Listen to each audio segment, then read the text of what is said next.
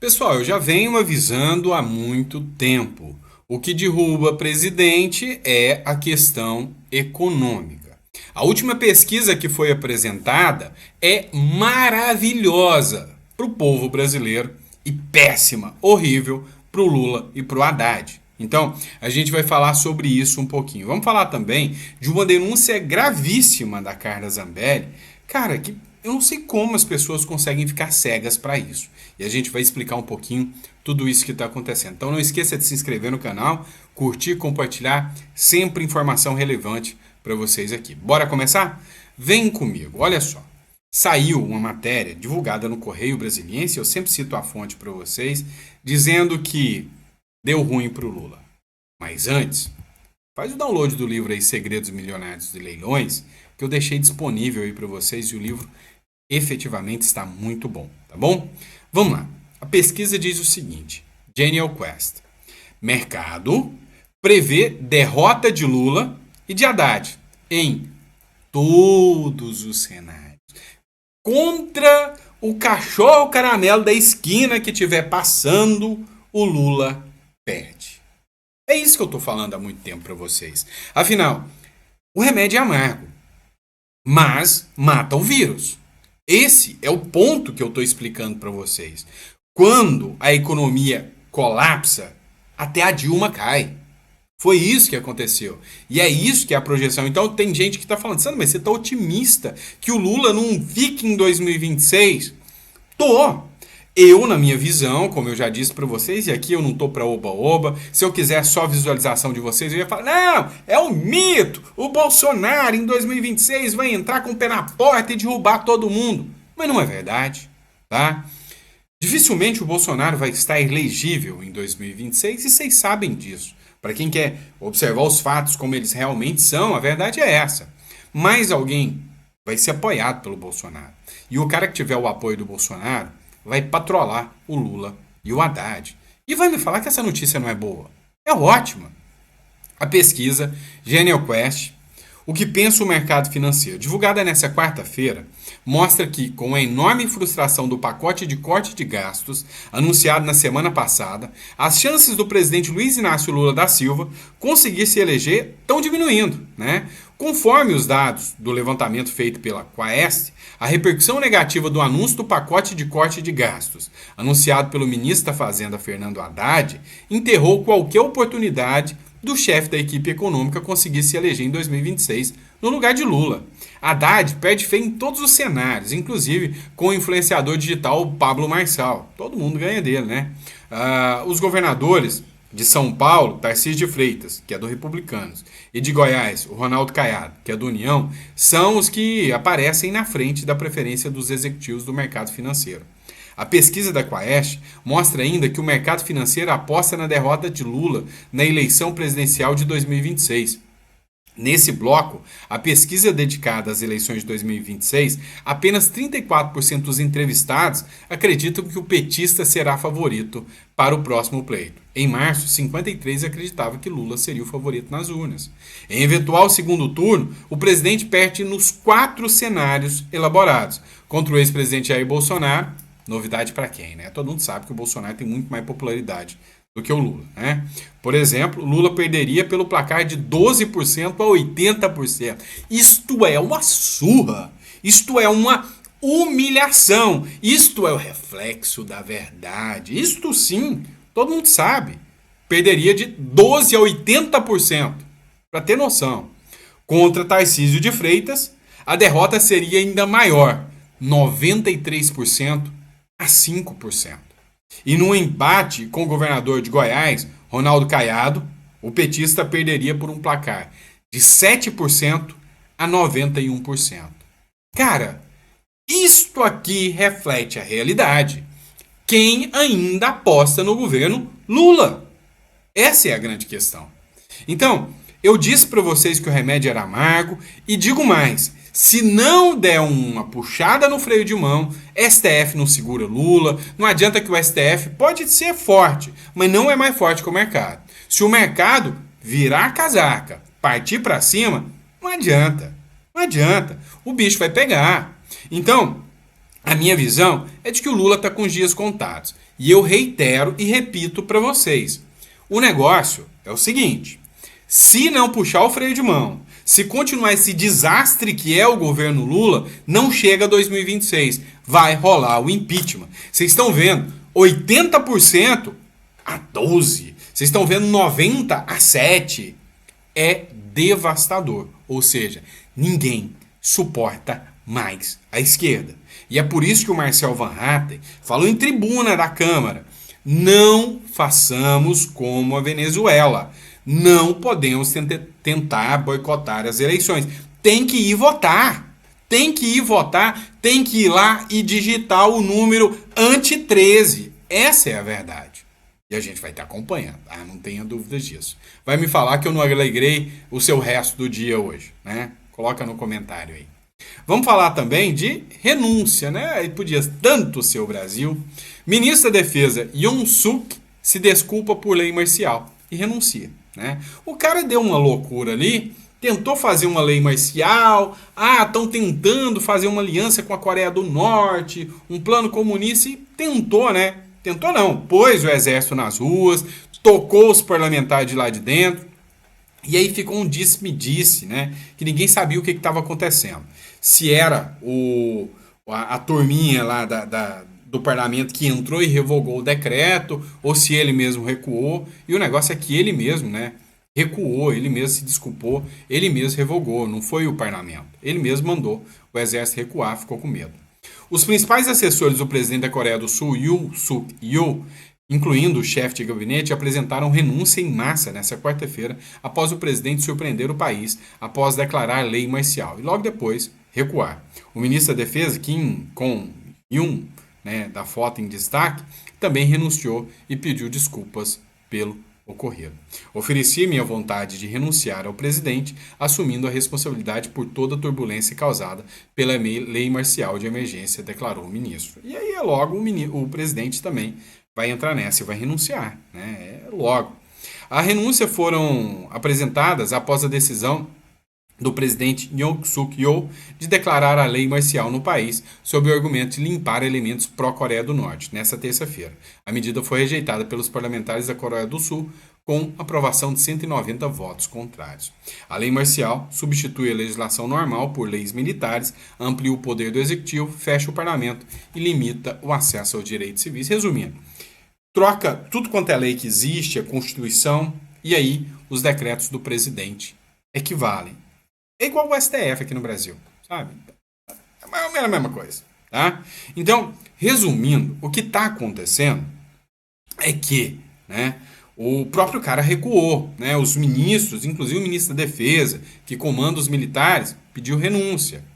Então, a possibilidade, né, é que o próprio presidente também não vai aguentar o rojão e vai pular fora do barco, né? Vai renunciar também. Até porque já apresentaram um pedido de impeachment dele, né? E aí vamos estar acompanhando aqui o que vai acontecer.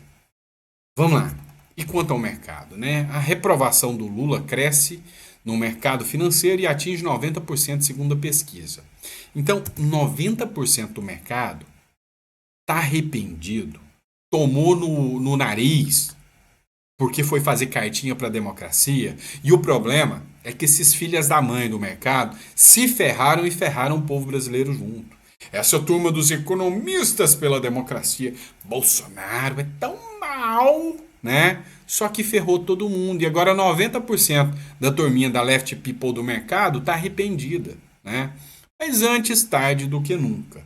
É como eu disse, a chance do Lula se reeleger, na minha visão, é quase nula, né? Está sendo destruído, né? Essa é a realidade. Vamos lá. Matéria da Gazeta do Povo que eu achei super interessante. O governo, Lula, né, o democrático, propõe ao STF, o guardião da democracia, regras mais duras para controlar o conteúdo nas redes sociais. Censurar. É isso, né? Então vamos refazer essa matéria da Gazeta do Povo. O governo Lula manda que o STF censure todo mundo nas redes sociais. É isso, né? Esse é o teor. O governo encaminhou ao Supremo Tribunal Federal uma proposta mais abrangente e rígida de moderação de conteúdo nas redes sociais, dentro do processo de julgamento na Corte sobre o Marco Civil na internet. Eu só pergunto, o governo não deveria mandar para o parlamento, para o local que faz leis? Seria para o Supremo criar leis? Tem coisa muito errada nisso. As sugestões do órgão para o tribunal se assemelham aos itens do projeto de lei 2630, que ficou conhecido como PL da censura, que buscava ampliar a regulação das plataformas digitais, mas que travou na Câmara por falta de apoio suficiente dos deputados. Entenda, os deputados são o embrião da lei, são uma representação do povo, são eleitos. O STF não. O STF nunca recebeu um voto. E quando o Congresso vota num projeto de lei, ele representa o povo na escolha daquela lei, seja uma lei estúpida ou não. E quando o Congresso fala, não, eu não quero votar, é porque a vontade do povo é que aquela lei não exista. Então não existe a possibilidade do STF fazer o papel do povo e legislar por sua própria conta. Isso não existe. Na última quarta-feira, os ministros do Supremo Tribunal Federal começaram a analisar a constitucionalidade do artigo 19 da Lei do Marco Civil da Internet, pelo qual as plataformas não podem ser responsabilizadas na justiça por postagens lesivas publicadas por seus usuários. No início do julgamento, o presidente da Corte, o Barroso, admitiu que pautou o tema porque o Congresso não aprovou uma nova lei sobre o assunto. É um tapa na cara do Congresso, né? O julgamento no STF do Marco Civil da Internet será retomado nesta quarta-feira com a continuidade do voto de Dias Toffoli, relator do tema que defendeu uma atualização na lei. Perfeito, né? Perfeito. Fazendo o povo de idiota mesmo, né? E vão regular as redes sociais, vão falar o que pode ser dito, o que não pode ser dito, e o resultado de tudo isso, sinceramente, não sei te dizer. Vamos lá. Hoje rolou uma audiência que contou com a participação da Maria Corina Machado e do Edmundo Gonçalves. Quem que são esses dois? É quem ganhou a eleição na Venezuela. A Maria Corina Machado tornou-se inelegível, para mim, por uma artimanha, né, baixa e contra a oposição. Transferiu os votos para o Edmundo Gonçalves, que pôde concorrer porque já estava lá, porque era uma figura inexpressível.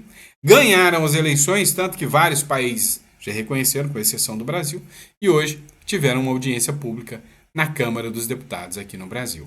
Maria Corina pediu ao Brasil que reconheça Gonçalves como presidente da Venezuela. E aí o grande problema é que o Brasil reconhece, o Lula é que não, que é uma vergonha para o Brasil, né?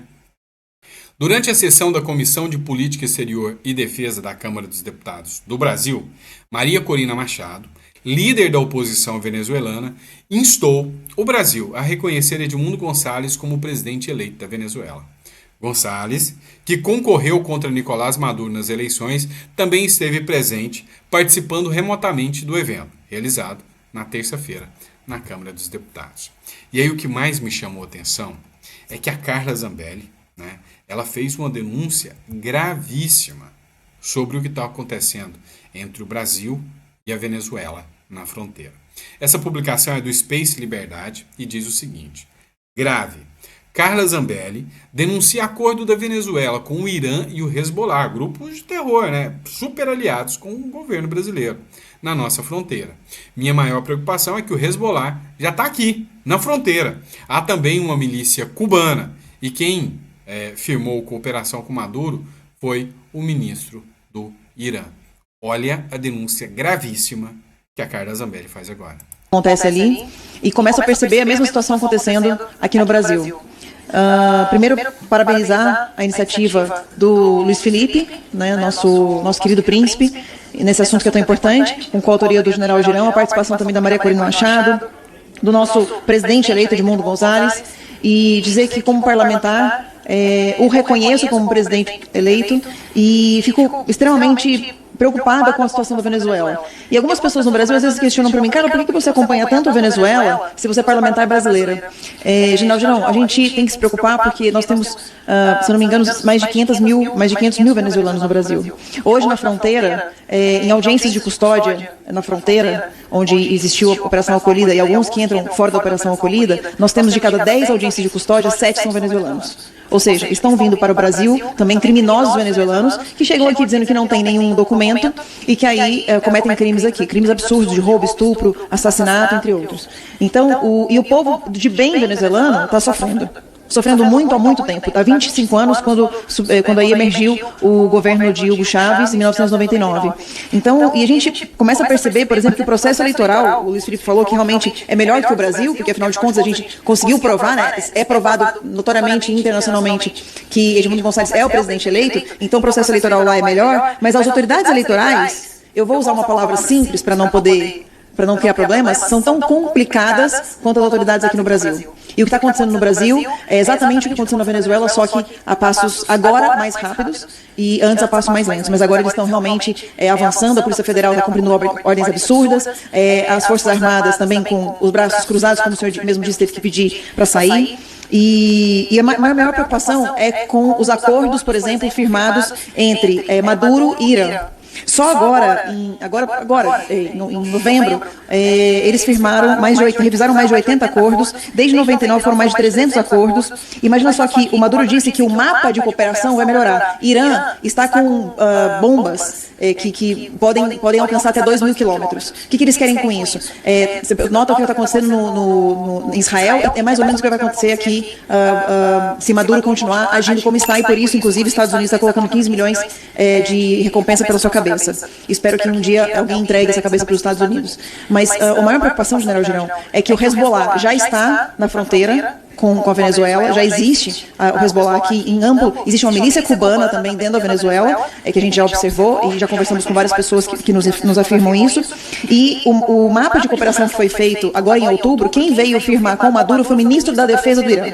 Ministro da Defesa que tem feito toda a articulação no Oriente Médio na guerra contra Israel. Na guerra contra Israel, não. Na guerra do terrorismo contra um país democrático. Então a gente tem Hezbollah, Iêmen e Hamas, controlados pelo Irã, armados e treinados pelo Irã, que estão fazendo agora acordos com a Venezuela na nossa fronteira. Então a gente precisa se preocupar muito com as nossas seguranças. Nós temos um presidente que abriu os braços para o terrorismo quando não reconheceu o 7 de outubro como um evento terrorista, apoia o Hamas, mas não apoia Israel como país democrático, e isso está tudo conectado. Está tudo conectado e a gente vai ver em alguns meses, ou talvez anos, mas eu quero deixar registrado para a história de que isso está sendo reconhecido e infelizmente nós estamos de braços cruzados. E eu não tenho mais criatividade para saber o que fazer como parlamentar e me sinto frustrada por não saber o que fazer para melhorar o avanço do socialismo e do terrorismo aqui no Brasil também. Então estou muito preocupado, mas agradeço a chance de falar e digo que as palavras de Marcel até me emocionaram, porque a gente precisa, em 2026, fazer uma eleição. Todos vocês que estão nos assistindo precisam votar, a gente não pode boicotar o processo eleitoral, e nós vamos trabalhar aqui dentro para que a contagem pública de votos seja e aconteça em 2026 para a gente ter um processo garantido aqui no Brasil. Obrigada. Pois é, pessoal, e aí começa a pressão para 2026. Vocês viram a primeira notícia que eu trouxe, não tem como o Lula ganhar. O mercado já previu que ele perde até para o cachorro caramelo da esquina.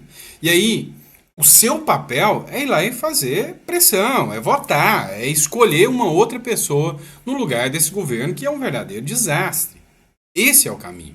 Então, as falas que a Carla Zambelli fez aqui, né, a denúncia que se apresentou, são gravíssimas, né, de que grupos graves, né, de terror estão aqui do lado, na fronteira, né? E aí a gente não pode cometer o mesmo erro, né, que a Venezuela cometeu.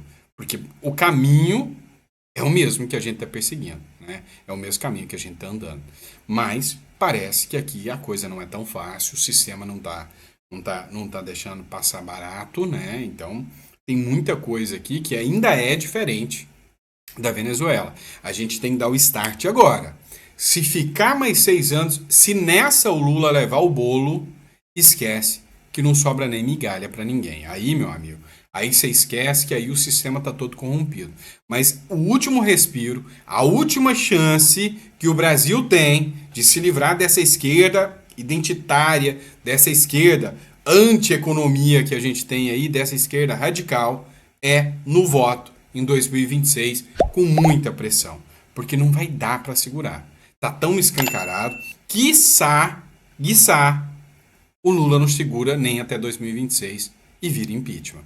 Porque não vão mudar, não vão parar de gastar, não vão resolver e vão querer gastar para campanha.